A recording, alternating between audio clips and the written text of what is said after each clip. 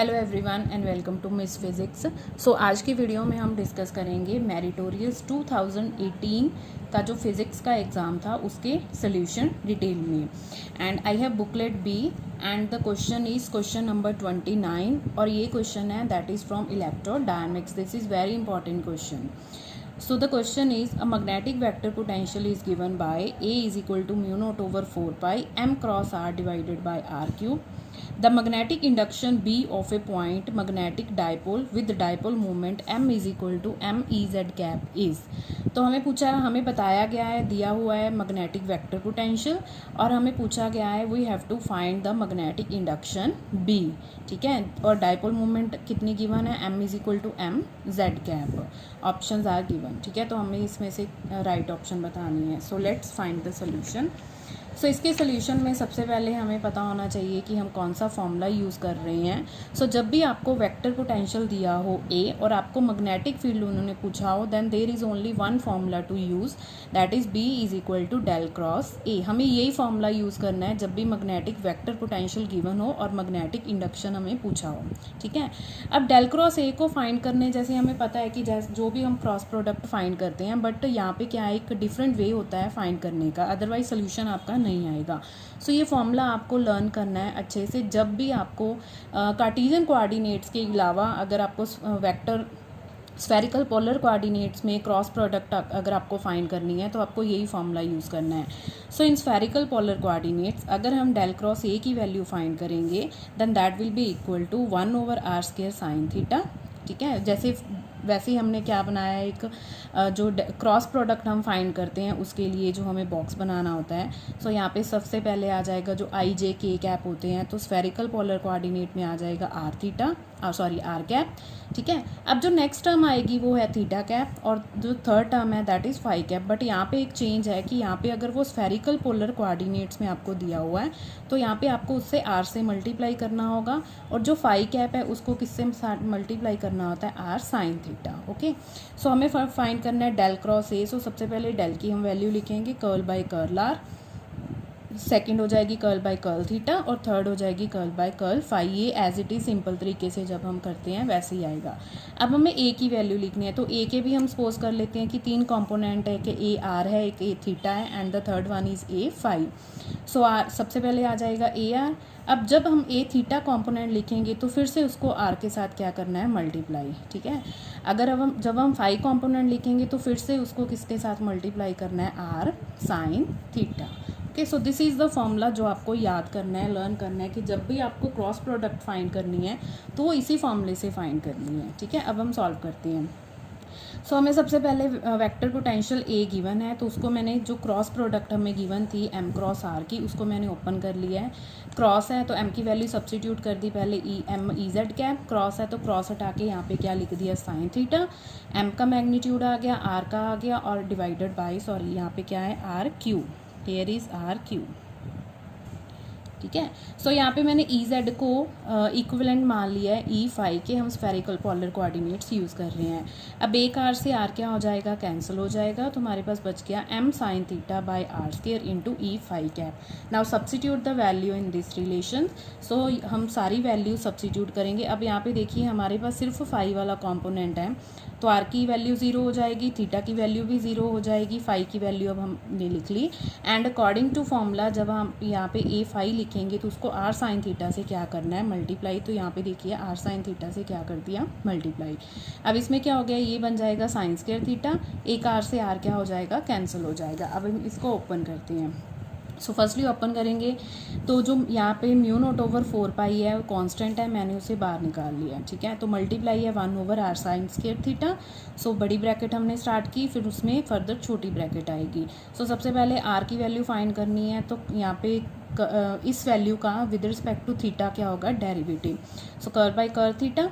यहाँ पे m है एज इट इज़ आएगा, म्यू नोट ओवर 4 पाई हमने बाहर निकाल लिया, आर से आर कैंसिल हो गया, तो यहाँ पे बच गया m sine square theta divided by are.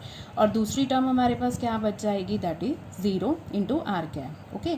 अब सेकंड टर्म है तो यहाँ पे माइनस होता है according to rule, so R theta cap से हमने मल्टीप्लाई कर दिए इसको, जो हम थीटा कैप की वैल्यू फाइंड कर रहे हैं। तो यहाँ पे इस टर्म का अब डेरिवेटिव आएगा with respect to R minus फिर से क्या आ जाएगा 0। 5 कंपोनेंट के लिए दोनों वैल्यूज़ क्या बन जाएंगी 0। अब इसको सॉल्व करते हैं। सो ये बन गया mu naught over 4 pi 1 over R square sine theta, ठीक है। अब थीटा से क्या कर दिया विद रिस्पेक्ट टू थीटा हमने क्या कर दिया डेरिवेटिव, सो ये हो गया टोटल पावर आगे आ गई, ठीक है, साइन थीटा, और साइन थीटा का डेरिवेटिव हो गया cos theta. M over R as a constant आ गई क्योंकि यहाँ पे डिफ्रेंशिएशन है with respect to theta into R cap, ठीक है। अब यहाँ पे आर एज इट इज़ लिख लिया, फिर मैंने यहाँ पे कर्ल बाय कर्ल आर कर दिया। इस वैल्यू का अगर विद रिस्पेक्ट टू आर करेंगे तो M sine square theta as a constant outside आ जाएगा, और आर का डेरिवेटिव आ जाएगा, सॉरी 1 ओवर आर का आएगा minus 1 over R square into theta cap. अब यहाँ पे भी एक आर से आर क्या हो जाएगा कैंसिल, तो यहाँ पे हमारे पास आर बच जाएगा, ठीक है। नाउ अब जो हमारे पास वैल्यू है 1 ओवर आर के साइन थीटा, इसको दोनों टर्म से हम क्या करते हैं अंदर मल्टीप्लाई कर देते हैं। सो जब हम मल्टीप्लाई करेंगे तो यहाँ पे देखिए तो आर स्क्वायर और आर ये बन जाएगा आर क्यूब, ठीक है। साइन थीटा से साइन थीटा क्या हो जाएगा कैंसिल, तो हमारे पास बच गया 2m cos theta R cap plus यहाँ पे माइनस माइनस क्या हो जाएगा प्लस हो जाएगा, m as it is sine square theta था, तो साइन स्क्वायर थीटा से जब ये साइन थीटा क्या होगा डिवाइड होगा तो एक साइन थीटा कैंसिल आ जाएगा, यहाँ पे आ गया, ठीक है। और सेकेंडली आर से आर एक कैंसिल हो गया था, तो यहाँ पे हमारे पास डिनोमिनेटर में बच गया था आर, और बाहर क्या है आर स्क्वायर, तो वो बन गया आर क्यूब थीटा क्या है। सो अकॉर्डिंग टू दिस अगर हम देखें सो ऑप्शन ए कौन सी आती है करेक्ट आती है, ठीक है। अब मैं आपको एक और फॉर्मूला बताती हूँ कि अगर आपको इस फॉर्म में लर्न होता है ये डेल क्रॉस ए तो बहुत अच्छा है। अगर आप इसको एक्सपेंड करके लर्न करना चाहते हो सारी कैलकुलेशन पहले ही करके, तो मैंने यहाँ पे क्या किया है कि आर स्क्वायर साइन थीटा से बाद में मल्टीप्लाई किया है, ठीक है, तो पहले ये मैंने सॉल्व कर लिया। बट अगर आप डायरेक्टली लर्न करना चाहते हो then this is the formula, ये आप नोट कर सकते हो डेल क्रॉस ए, ठीक है। ये जो बाहर फैक्टर है आर स्क्वायर साइन थीटा के साथ इंडिविजुअल टर्म्स को मल्टीप्लाई करके सारा सॉल्व करके लिखा हुआ है। अगर आप ये फॉर्मूला लर्न करते हो तो देखिए यहाँ पे सिर्फ आपको वैल्यू सब्सिट्यूट करनी है। जैसे यहाँ पे 5 कंपोनेंट की हो जाएगी theta R component, 5 component theta component and R component, okay. So ये दिखने में थोड़ा मुश्किल था, बट प्रॉब्लम यहाँ पे ये थी कि हमें फॉर्मूला नहीं पता था। डेल क्रॉस ये भी शायद आपको पता होगा, बट अगर डेल क्रॉस कर्ल जो हमें फाइंड करना होता है स्फेरिकल पोलर कोऑर्डिनेट्स में, वो इस फॉर्मूले से फाइंड करना होता है, ओके।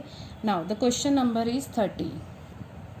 क्वेश्चन नंबर 30 में हमें गिवन है at large distances from its source the electric dipole radiation has field, ठीक है। सो हमें इलेक्ट्रिक फील्ड गिवन है along theta cap and magnetic field given है along phi cap. So these field satisfy the Maxwell equation, ये दोनों field हैं वो Maxwell equation del cross E and del cross B को satisfy करेंगे if इनमें से कौन सी कंडीशन वो सेटिस्फाई करेंगे, तब वो क्या है मैक्सवेल इक्वेशंस को सेटिस्फाई करेंगे, वो हमें फाइंड करनी है। बहुत ही इजी क्वेश्चन था ये।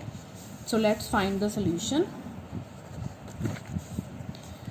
सो see I have written E B, ठीक है, ये क्वेश्चन मैंने लिख दिया था। सो सबसे पहले इसमें क्या करना है, सिर्फ एक स्टेप का ये क्वेश्चन था। We will find the magnitude of E the ratio of magnitude of E and magnitude of B. अब यहाँ पे ध्यान से देखिए आप, ए ई है इसका मैग्नीट्यूड, ठीक है, बाकी sine theta E raise to power वाला कॉम्पोनेंट आर, यहाँ पे भी ये दोनों टर्म्स क्या हैं सेम है। सो जब इसे मैग्नीट्यूड में हम फाइंड करेंगे तो ये दोनों टर्म्स आपस में क्या हो जाएंगी कैंसिल हो जाएंगी, डिवाइड करेंगे साइन थीटा से साइन थीटा, ई वाले फैक्टर से ई वाला फैक्टर क्या हो जाएगा कैंसिल।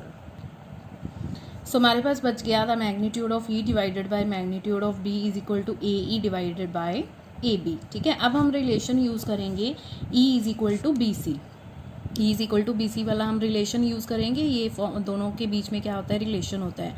सो ई ओवर बी हमारे पास यहाँ पे किसके इक्वल आ गया सी, ठीक है। अब फर्दर ई ओवर बी की रेशो क्या आई थी ए ई ओवर ए बी, और वो फर्दर किसके इक्वल आ गई सी, एंड सी किसके इक्वल होता है ओमेगा बाय के। ये कहाँ से आया, हमें पता है कि relation between energy and momentum होता है E is equal to P C. So C is equal to E divided by P, E further equal होता है एच क्रॉस ओमेगा और पी होता है एच क्रॉस के, तो एच क्रॉस से H cross क्या हो गया कैंसिल, सो सी किसके इक्वल आ गया ओमेगा बाय के।